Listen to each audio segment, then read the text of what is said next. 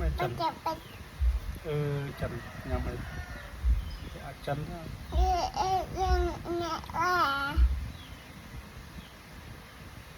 ai muốn nhầm ó đi ó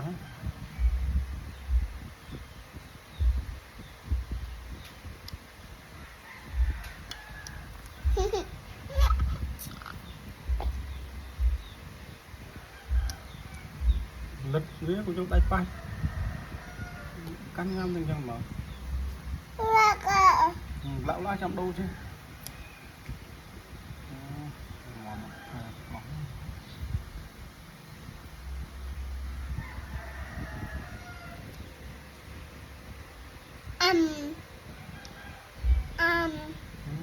bột à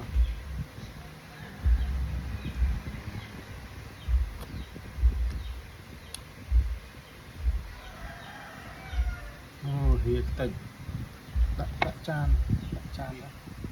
đặt lên chan này ba nhá món